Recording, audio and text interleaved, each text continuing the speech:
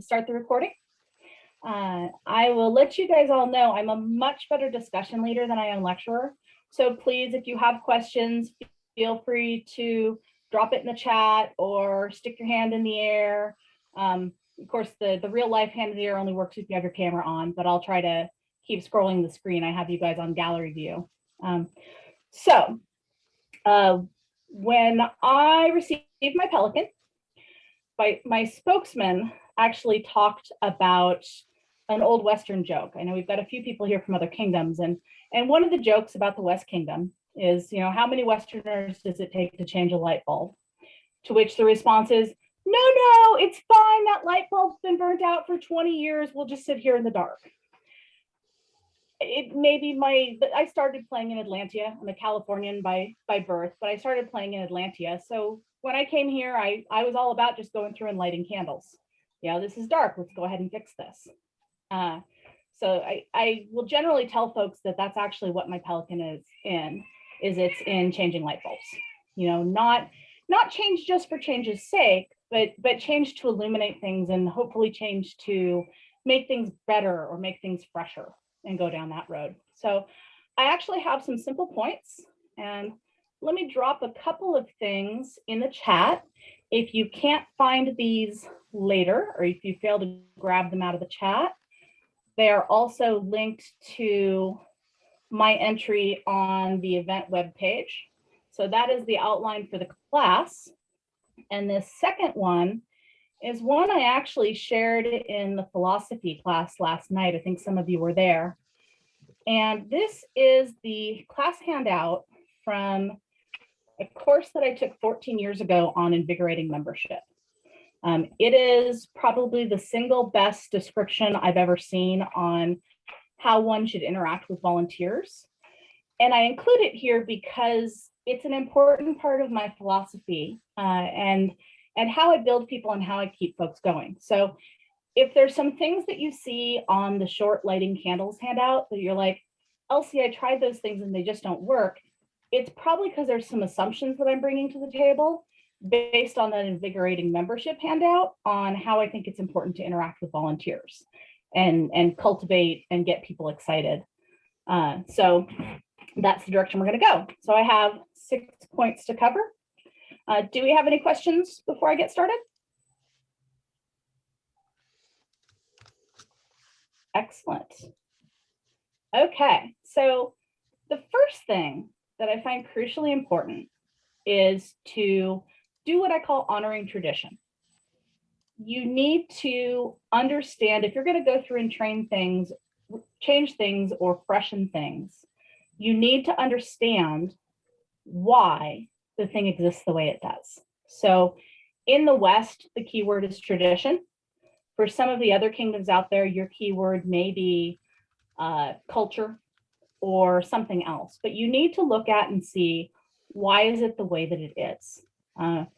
Understanding that is going to help you to codify culture that already exists, as opposed to having to fight an uphill battle against culture that isn't there.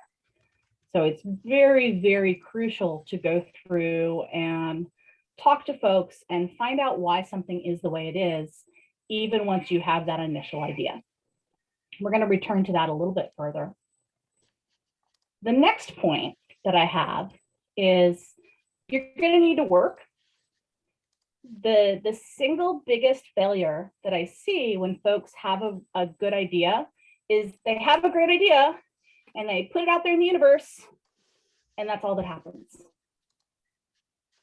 It may be something that the work that you do by yourself, it may be something that's done by a team, it may be somebody else who takes your great idea and they bring it to fruition. But at some point, especially building infrastructure and establishing new programs takes work. There's just no substitute I've found for putting in the time and the talent to go through and make stuff happen.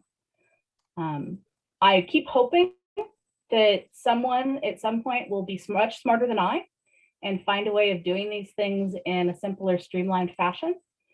But for the most part, what I find is you've got to go through, and when you don't have existing infrastructure, if you're building up a program from scratch or nearly from scratch, you've got to put a lot of that infrastructure into place in order for it to continue on. So that's where the work comes into play. If you're making a small change and there's already existing infrastructure, it's not a problem. But ideas that don't have the infrastructure to back them up do not continue on. You know, they may get to the level of becoming a one-off, but they don't become something that continues past your tenure. So if you're looking to build a ongoing change, again, we come back to that work.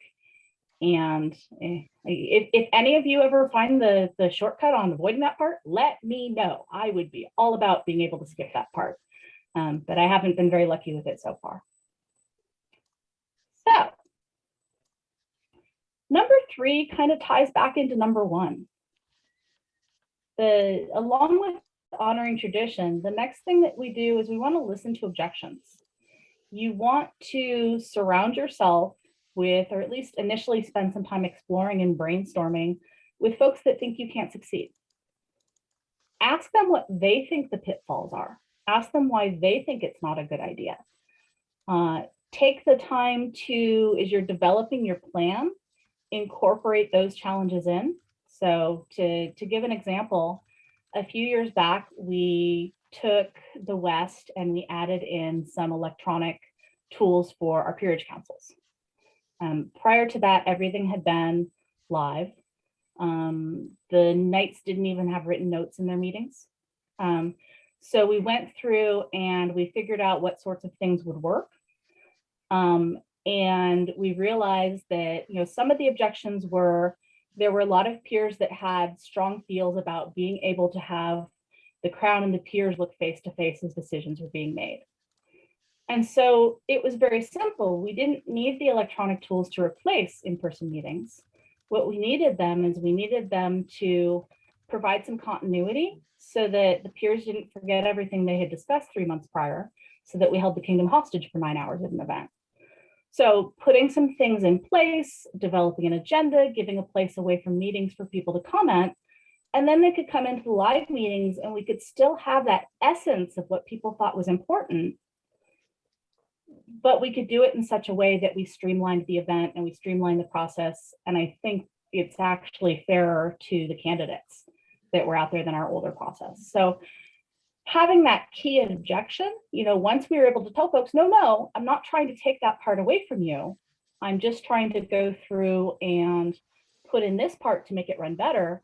Then we actually got an increasing amount of acceptance. When I was working as the Kingdom Rapier Marshal, one of the marshals I kept around was actually someone who'd, I kept him around as a deputy, was someone who actually disagreed with me on a lot of stuff. And I did that specifically because when you have a strong personality, having a strong devil's advocate is important. You know, having somebody that's going to go, no, this is a problem, and this is why I think it's a problem, allows me to approach things with a broader view and not get completely wrapped up in the side things and this grand vision that I have, because ultimately it has to work for everyone, not just for me. This is a communal process. So how are we doing on questions so far? Heinrich tells me if I just stare at you all, then you'll ask questions. It worked in his class for him. I don't think I have that. Yeah.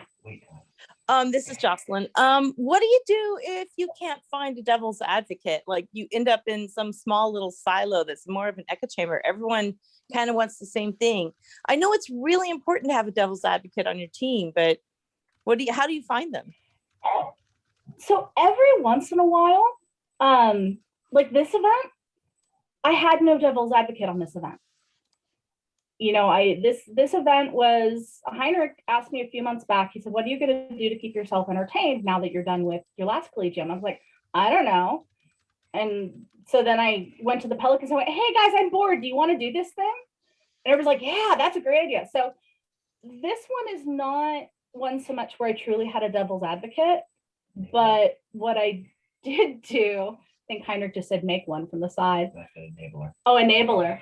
What I did do is I did go to other stores that were running similar events and ask them what didn't work. I did spend some time looking at some of the challenges that other stores are running into with other events, and so it shaped the structure of this. So I guess in this case, what I did is I went out and I was my own devil's advocate. And even within that, there's a point at which you're not going to make everyone happy. There are still some folks that are going to have challenges no matter what you do. But for me, at least, I feel like once I've done my due diligence and I've tried to listen and I've tried to be available and I've tried to troubleshoot the potential issues that are out there, then there's a point where you just kind of go, that's all I can do and I can't please everybody. And so you just kind of accept it from there. So I think that's at least meeting the essence of a devil's advocate, even if it's not meeting the exactness of a devil's advocate. Because it's possible you're in an echo chamber. It's possible it's just a really good idea. Sometimes that happens. Sometimes you get lucky. Do we have other questions? Okay. So touching upon, we talked a little bit about remaining firm. So not only do you gather ideas from people, you also, or at least I also am a very firm believer in education. Coming in and telling folks, well, this is just the way it is. I mean, there's a point I reached that, but coming in and trying to give them the why actually does you a lot of good in getting to the next step, which is building a coalition to work with you. I think one of my favorite phrasings of this was one I actually picked up from the folks that were involved at the beginnings of the Perfectly Period Feasts here in the West. And I can't remember now if it was Jeffrey, Crystal, or Juana that first said it, but their comment was, surround yourself with like-minded souls with the right level of crazy. And I can't think of a better way to describe a coalition when you go and you work on these projects. You need to have a group that's equally passionate. And this might be that echo chamber that Jocelyn was referring to in terms of, but what if everybody around you thinks it's a great idea? Fantastic, that's your coalition. That's great. Go with that, because they're going to be those passionate folks. They're going to help you with point 2 of it's a lot of work, and it's going to be a lot of work. And having a lot of folks on board who are part of going through and doing that work with you is going to be absolutely crucial. Usually I just drag my husband along for the ride. So, but you also want to get through and get that enthusiasm. I'm going to go ahead and address a question Genevieve asked yesterday, and I think it was building buzz. She was talking about how do you put a team together, if I remember correctly, and a few other folks have talked about this. So I do a mixture of personal invitation and general call out. If you have folks that are your friends, sometimes that's a good place to start. If you have mentors, that's a good place to start, depending on where you are in the stage. I have known to drag my proteges and my husband's protege and my husband's squires into things occasionally. Hey, I'm doing this thing, come do it with me.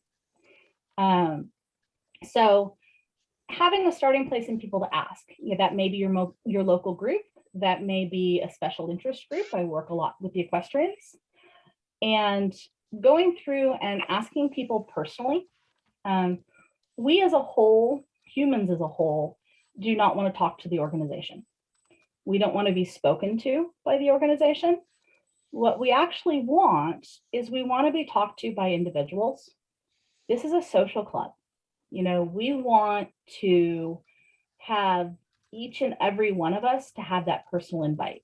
If I look at this room and say, hey, so I'm going to go do this general thing, let's go. You might come with me, but if I go, hey, Victoria, hey, cool, let's do this thing, you want to go? It's much, much harder to say no to a personal invitation than it is to ignore a shout into the woods. That being said, and this gets back to the idea of echo chamber, it's important not only from avoiding the echo chamber, but from not missing the diamonds in the rough to put out general calls. You know, there are most, for this event, for example, the classes came about. There were several, when I first suggested it, there were several Pelicans that jumped on, hey, I want to teach. And some of them had a subject they wanted to teach. And other ones were like, well, I don't know what I want to teach. And I sometimes gave them suggestions. I had some classes that people contacted me about and say, hey, I'd like to see a class on that. And then I went and I found an instructor for it. And then there were some general calls that went out in other places that turned up some amazing out of kingdom classes where it was a, hey, we're holding this thing, would you like to come? If I'd never put out those general calls, I would have missed out on about a third of the classes from this event. We were so lucky to have those things come in. If I'd never put out the specific, hey, would you teach this specific title? I really want you to, I would have lost probably 20% of the classes from this event. So that's where it comes back when I talk about it being work. It's not laborious, but you have to circle back and fill the holes. It works best when you communicate with people the way they would like to be communicated with. And I don't use every communication avenue, but every communication avenue I skip leaves someone out. You know, you have to find the balance on that one between your own time usage and the value of your time versus the value of the people you might be able to reach. That's a personal decision and varies from event to event. So then the next stage, you know, in terms of coalition building, if you're doing something controversial, oh dear. Okay, good. My screen just went blank. Coalition building, if you're doing something controversial, you need to put your coalition together a little bit differently. It's not just about getting people that will work alongside you. Sometimes it's about getting people that will lend you their influence and lend you their power. I'm actually going to steal one of my husband's projects on this one. He actually did a tremendous amount of work on consent education at one point, and it was not just about, that particular project was not just about, hey, I'm going to put this information out, I'm going to post flyers. One of the educational processes that went with that was getting a bunch of high profile knights and dukes to support the program and do things like getting the crown to give him time to speak on it in court, and getting the unbelts to give him time to come in and speak in the unbelts meeting and that sort of thing. And, you know, sometimes you get the fluffy, hey, we all get to be excited. And then sometimes you have to sit back and look at it when you've got something that's a little bit more touchy, and you have to go, okay, who are the people that can help get this done? You know, looking at the changing the way the electronic peerage polling worked, the key factor, frankly, on getting that one in place was not only about getting general buy-in from the peers, but it was about getting specific buy-in from the people who were likely crown contenders.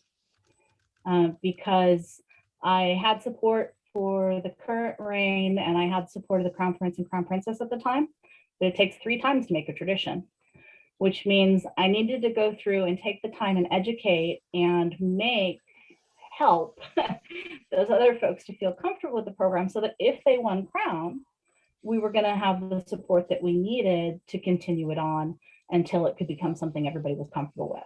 So that's when when you start to get into some of these more politically sensitive programs, maybe the less happy, touchy-feely ones, the ones that maybe, you know, touch the feels.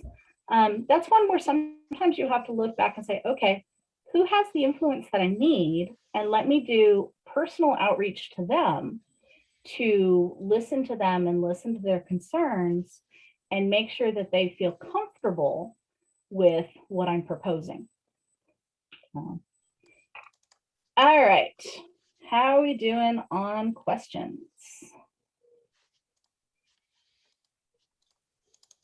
Not seeing any in chat. I could always ask Okay. questions, but you know, that's a one more. Go for it, Seamus. Okay, so so not everyone who comes to the SCA has, a large group of people that they can go to not only be the echo chamber or be that team that they need to help them do these kinds of activities, but to serve as Mhm. that devil's advocate or that person that kind of challenges decisions if they're maybe questionable, that curmudgeon type of person that's going to tell you where the dire warnings and doom and gloom is in your plan.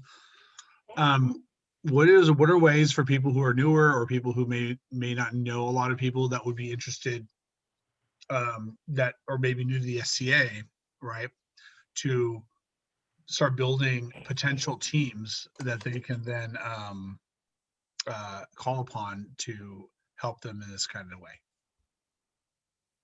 Okay, so you guys are not going to, those of you who have seen me work in the West are not going to believe me when I say this. Those of you who know me well. I actually don't have that many people. I have a lot of people that I'm willing to reach out to and ask questions. I'm actually not I believe the expression is weaponized extrovert. I don't actually start with a large coalition. But what I do well is I'm willing to listen to people tell their story. So one of the key traits and how I go about doing this, and this may not work for everyone because you may hate the idea of having people tell you their story, is I listen to people's stories and I try very, very hard. And this is one of the points from that invigorating membership post. I try very hard to use people's talents and not just their time. Portion of that is knowing what their talents are and taking the time to understand what their talents are and investing my time in them so that I know who to plug in which hole. But if you actually look at, like, massive households and giant friend base, and the biggest strength that I have in terms of permanent friend base is actually my husband, which is not a small, that's no small thing. He's an amazing worker and he's fantastic and I love doing projects with him.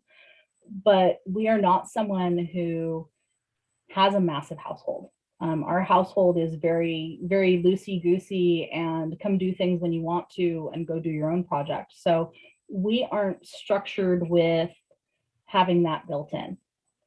So for now, I'm going to leave the answer as ask people personally and use their talents, not just their time. And the other thing I'm going to do is I'll try to get to that invigorating membership discussion because I think that's going to answer a few more of the questions that folks have in terms of how do I get started and how do I get people on board. So my fifth point, circling back to lighting candles, is having a plan for the future.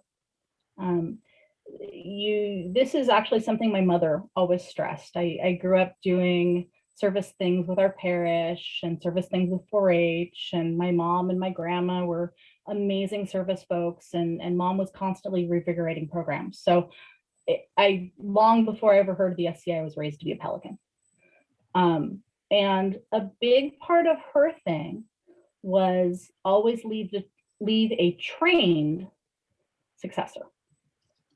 I'll modify that a little bit for the SCA because sometimes applying to offices and jobs, sometimes because the Crown actually gets to make those decisions, we can leave a trained potential successor that may or may not wind up being our eventual professor. The other thing I want to discuss is the concept of a plan for the future. This event, for example, was a one-off in my brain. I've got all the electronic stuff saved. I could share it with somebody if somebody wanted to run with it and do something. And someone did mention things a few days ago. So who knows, maybe it'll happen again. But this one was always planned in my brain as a one-time thing. It was not something I intended to see extend past that. So I built it that way. And the other program that I've done where I expected to see it be ongoing is I bring someone in, I train them so that they have all the tools they need to take it and make it their own. which brings me to my next point. When you're done with the project, get out of the way. If it dies, it was meant to die. It was cool. It was the glorious thing that you wanted it to be, but it's okay. Not everything needs to live forever. Otherwise, we wouldn't need to change light bulbs. You know, sometimes the light bulb that you change is going to die out again and someone else will need to come through and change it, or just sit there in the dark, whatever makes them happy. And one of the important things, if you have stayed with a project for a long time and you're looking around, you think, oh, no one can take this. That is the biggest warning sign of burnout that actually exists. Let it die. It's okay. Something else will come into that and fill that niche. It's the way nature works. There are points where programs need to end, and that's all right. The other thing that's really important when you pass something on and you get out of the way, it might change. Someone might switch your incandescent for an LED, and it's okay. It's still illuminating and you're not in charge and they're doing the work. You need to be supportive of that. And if you have a large emotional investment where you can't be there and watch it change, that's okay. You can go do something else. But when it's no longer yours and you've said it and you've gone, fly, be free, have a good time, then let folks have a good time and go on from there.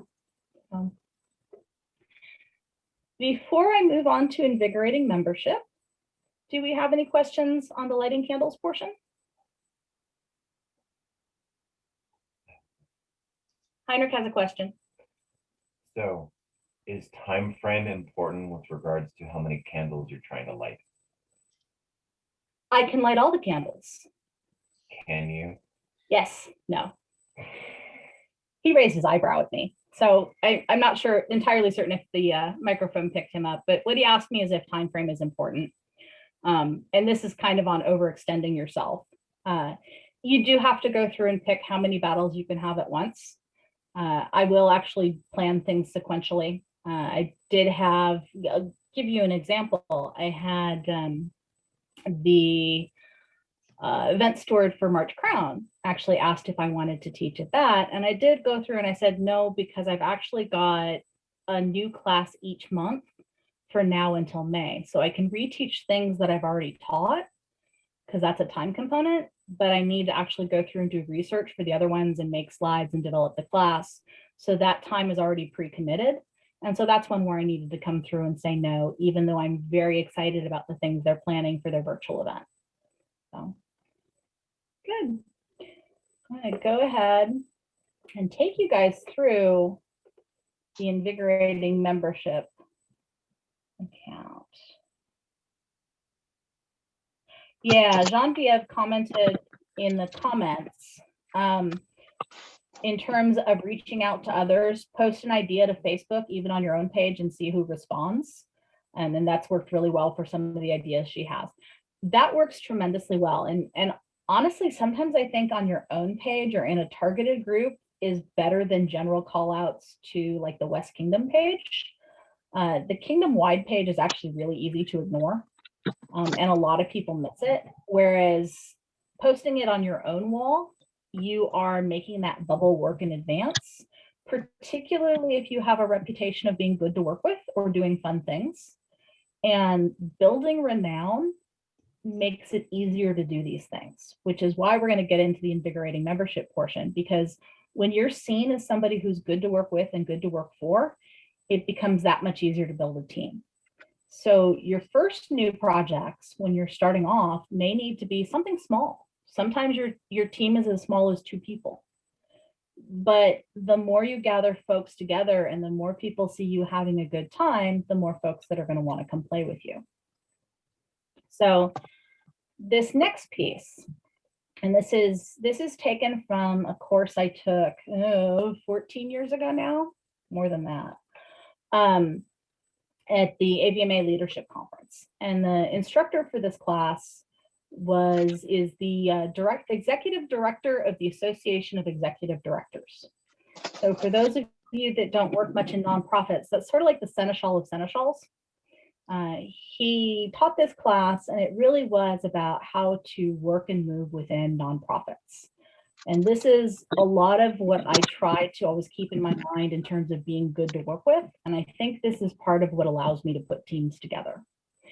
So the first point is that organizations are designed to give voice to, and then fill in the name of the organization. So in the case of the SCA, they're designed to give voice to people who want to put on clothes and do medievalish hobby things for the weekend. You know, ultimately, we are a medieval club and all the flavors that that takes. And we tend to be a very large tent. So number 2, this is going to, I think, resonate with a lot of you. Members get frustrated when the right to be heard does not equal the ability to be heard. This is certainly an ongoing thing that we have within the SCA because of our organizational structure. We have the idea, sometimes erroneous, I think, that only peers get a chance to speak. I don't believe that's the way it should be. I think everyone, you know, we're all equally paying members. I think everybody has the right to give input, except maybe on candidates. Although even then, I'll take your input. But being able to focus in on that thing and giving people a voice, that's part of where I come back to the idea of reaching out and talking to people and finding your devil's advocates and building your coalition together and asking people personally. And looking, when I personally ask people, I don't look out just for the cool kids. The cool kids are easy. You know, they get a lot of attention, but look out for the kids picked last for kickball. That's a Master Eldredism. Look out for the folks that are getting overlooked frequently.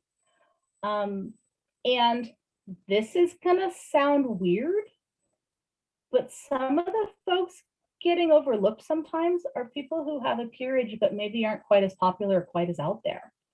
And you'd be amazed how often, if you reach out to them, that they're actually so excited to have a personal invitation that they're thrilled to come help you. I mean, I've got a little bit of bump in cachet coming off of ARAIN, so everybody knows who I am right now. 5 years ago, I mean, people knew who I were, but not as many. You know, the renown was high in certain circles, but not necessarily as general as it is currently. Number 3 is crucial. In today's volunteer environment, people value time as much or more than money. Time is the currency of volunteerism. You need to be respectful of your volunteers' time. That's part of the reason I stress the idea of it's going to take work. It's going to take infrastructure. It's going to take building things and putting them in place so that your volunteers feel like their time is time well spent, not time wasted. And you can overcome this with mass amounts of people that are all moving in the right direction, or just recognize that it's your baby. You're going to have to dig in and get her done, and put all the pieces together. So that's where that work component comes back in for me, is trying to be respectful of other people's time, being prepared, being on time, making it easy for them to communicate with me as I check and make sure if I've got anything in Messenger right now. Number 5 is important. In organizations, members would rather talk to each other than the organization. How often does something come out from the bod where we all go running off into our social media accounts and start typing? And even though it says comments@sca.org, and we all know if we actually want the bod to read things, we need to send it to comments@sca.org, but we actually don't want to talk to each other. And that's where being able to come in and be a person. And I think that becomes very important even with the peerages, being able to come down and talk to people one-on-one, getting out to local events in outlying areas, getting a chance to chat with folks one-on-one so that you're a person and not just a title. You know, whether this is a new person or whether this is someone who's established, going out and making those individual connections, picking up the phone, God forbid, and I know that's hard for some folks, but man, a phone call's hit the stage where it carries almost the same weight as a handwritten letter, because you actually reached out to somebody individually to take the time to ask them what they think and how they feel about things. Point 6, if your organization is going to attract and keep members, it will have to somehow engage those people in the organization. I actually think we do this one pretty well in the SCA. We miss people occasionally, but tying this into the idea of coalition building and changing light bulbs, it's really important when you do get folks that come to you and they want to volunteer and they're excited about a project, you need to find something for them to do. And we're gonna get to that in the next couple points, but they need to have something to do. Just saying, occasionally some folks just want to say, "Yay, I was involved," and that's all they want, and that's okay. Other folks want to come in and they want to participate. And as point number 7 says, try to give members options on how they participate. When you're putting together a large service team, there's 1,000 different things that need doing. Put that out there and let people have some options. Let them go through and decide for themselves, because it gives them some agency in their volunteerism, and listen to what they have in mind. It's a delicate balance, it's a delicate balance between encouraging engagement with folks and volunteering. I try to strike that balance by asking and getting consent. People don't always realize they gave me consent. And then you have to go back and you have to check in.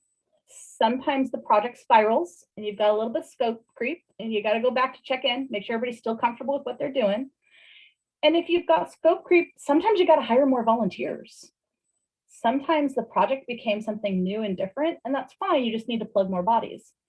For example, with this event, it started off as it was going to be 3 separate Zoom meetings.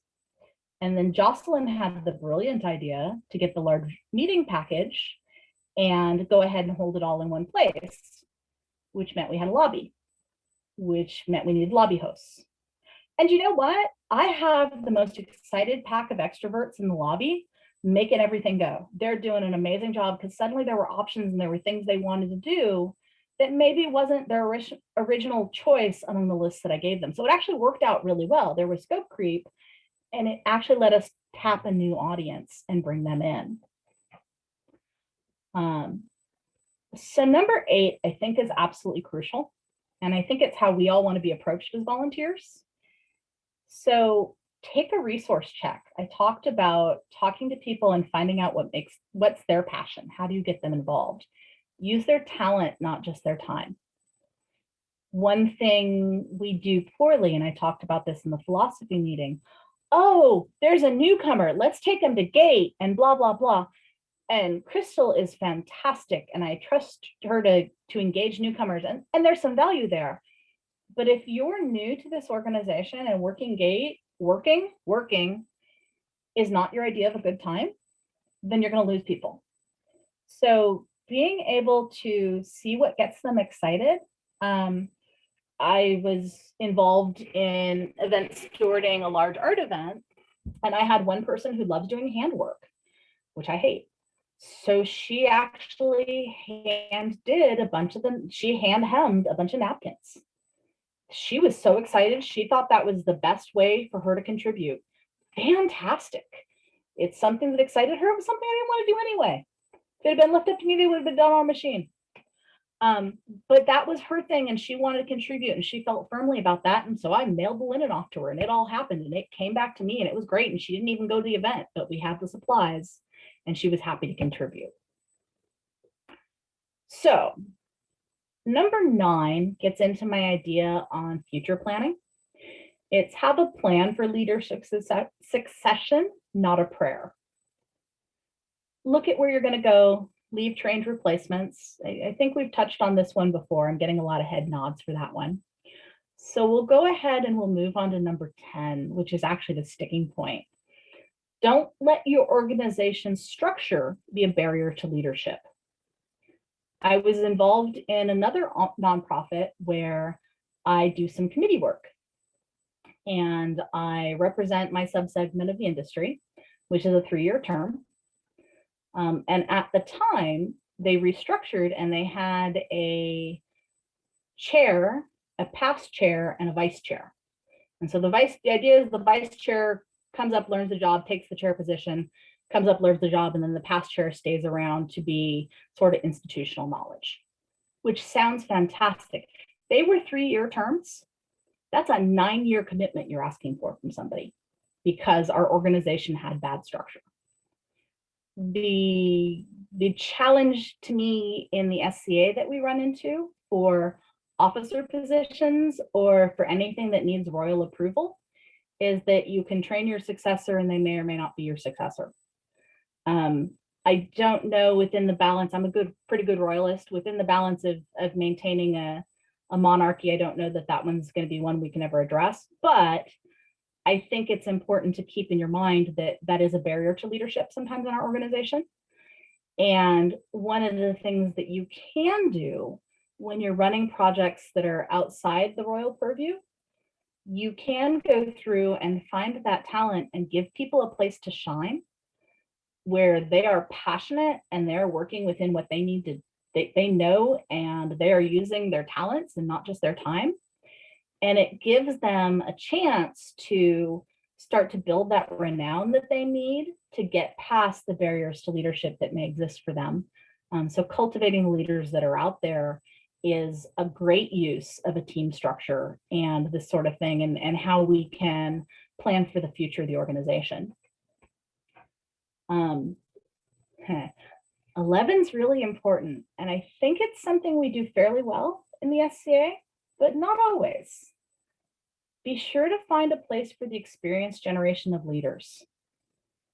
This is that thing where find the people that you can go to ask about why is this way before I change it or before I improve it. Why is it the way it was? And if you don't know who those people are, if you're in the West, come ask me. I'll tell you who to point to. I've never had any of the more experienced generation, peers, non-peers, whatever, I've never had them refuse to talk to me. You know, you send them a quick note and they're happy to talk. We all love to talk about ourselves. This is the magic thing about, even if you're a shy person and you're reluctant to go ahead and reach out to folks, we all love to talk about ourselves. And if you give somebody a chance to do that, they're going to adore you. They're going to be so in your corner. But do reach back and talk to those folks and see what they have and see what their experiences are, because they just might surprise you. And you might wind up not only not having to reinvent the wheel, you might wind up with a really cool wheel with all the best of the old and all the best of the new. So 12 is something we do spectacularly well in the SCA. Never underestimate the wow factor in motivating others. Our awards, our structure, our court, our royalty, it's all built in there. Where it becomes important for us as coalition builders and getting people to work with us and building our renown as being somebody who's good to work with, remember to write letters, tell the royalty about folks. Royalty very, very rarely refuse to give awards. Sometimes they can't, sometimes they don't see the person. So write again, but you know, they're happy to get things out. Feel free to, particularly if you're a creative or a crafty person, you know, you may want to make things, you may want to make tokens to thank people for serving on your teams. I have been known to throw money at the problem. I actually did a large arts event. I got people's teachers' bags that were printed, cheaptotes.com. It was a lot easier for me to throw money at the problem at that point than to sit down and make something. I hit my limit. but that's where you have to balance your own resources and your own skills. And maybe you have a volunteer who really wants to contribute, who's really crafty, and they can make little tokens for you to give to your volunteers and your people that help you and stuff like that. So it's another way to involve more folks. Victoria, do you have a question? I'm seeing this. Oh, I did that for you. Yes, yes, you did. You totally did. And that's the royalty get the largesse makers, and it helps, but you'd be surprised, even as a team lead on a project, if you ask folks and you let the need be known, the people that like doing that, and they're happy to put stuff together a lot of times. And it never hurts to ask, give them a chance and a place to shine. It looks like I've got about 4 minutes. Do we have any follow-up questions? Elsie, I just wanted to, this is Rhiannon here, ask you to talk a little bit about making sure that when you're transitioning something or trying to institutionalize it, understanding exactly what was needed for success. Like for an exchequer, you need to have a printer, or things that you might take for granted, but if you codify it, then it's easier for somebody else to take it on. Yeah, and I think you actually just stated that perfectly. When you're looking at it going on and moving on from a project, and this sort of ties back into honestly keeping service accessible. What works for you may not be what works for someone else, but when you're training, you need to make sure that they understand how the project's going to work for them in terms of taking over and running from you. And you need to look at any of the physical infrastructure that they need. And sometimes, particularly if you're talking like officerships or something like that, you need to actually go back and work within the organization of the SCA and take that time to build the pieces that you need in terms of finding the funding or getting a position actually made if it needs an ongoing position, or getting warrants signed and those pieces. Genevieve? Sorry, having trouble unmuting. I just wanted to make the comment that I've seen 2 instances where new programs got launched, but there was considerable financial investment. And in the one case, one individual was funding it repeatedly. And then when they left, it fell apart. And it's a little sad to see that, but it was a huge investment. And then on another instance, which actually was the West Coast Culinary Collegium, the first one they ever had, the administration at the kingdom was a little doubtful, so somebody offered to front the money, and then they did, and of course it was a great success. So sometimes lighting programs, it winds up costing somebody a lot of money, at least at first. Anyway, I just wanted some thoughts on that from the group. So answering in terms of my experiences, and that's when I do have some disposable income I can throw at things. The timing on the culinary symposium stuff, Kingdom was in an interesting place in 2008 between the recession and the lawsuit. Kingdom didn't have the same kind of disposable income they have currently. So that's going to impact some of the factors that come into play on the politics that were going on at the time. And politics is the art of governments. Drama is different. So that's one component of that. It is actually being able to, if you've got something that needs official approval, being able to go in with a balanced budget, and potentially even being willing, if this is something you believe in, being willing to go in with and it's an expensive something, being willing to go in with a balanced budget, either in terms of the fundraising you're going to do, or having people that will stand as surety if the project goes over budget. Both of those things are going to be stuff that's going to improve your rate of getting approval on a financial side of things. So it's not a perfect 100%, but it does actually improve your odds some. Good. Was that your whole question, Genevieve? Or did you have more? No, I mean, that was it. I just wanted to raise that as a factor to consider when you're thinking about instituting new efforts. Absolutely. Money is always an object. It is. Money does not, the money that belongs to the kingdom is actually all of our money. It does not magically appear. And so it is always going to be consideration once you hit a stage where you're looking for resources of a financial standpoint, then you've got to go through, and I'm getting an echo from someone. Then you've got to go through and actually there, we'll just hit mute all.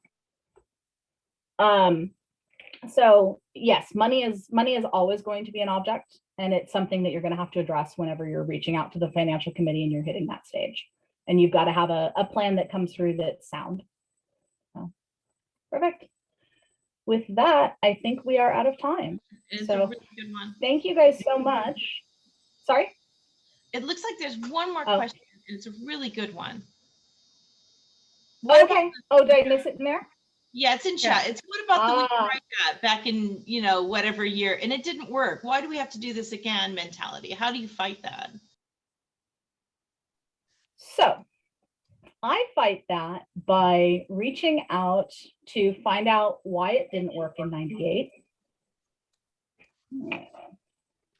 To look and see what their objections were.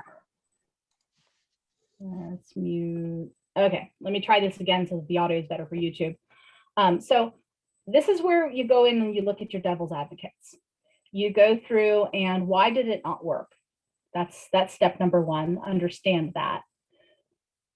Adjust and address those issues on why it didn't work. Maybe times have changed, maybe they haven't. But don't reinvent the wheel without the plans to the prior wheel. Once you have gone through and you've got a plan worked out that you feel is sound, go back and educate those folks that are concerned and address the issues that they have because they're legitimate issues.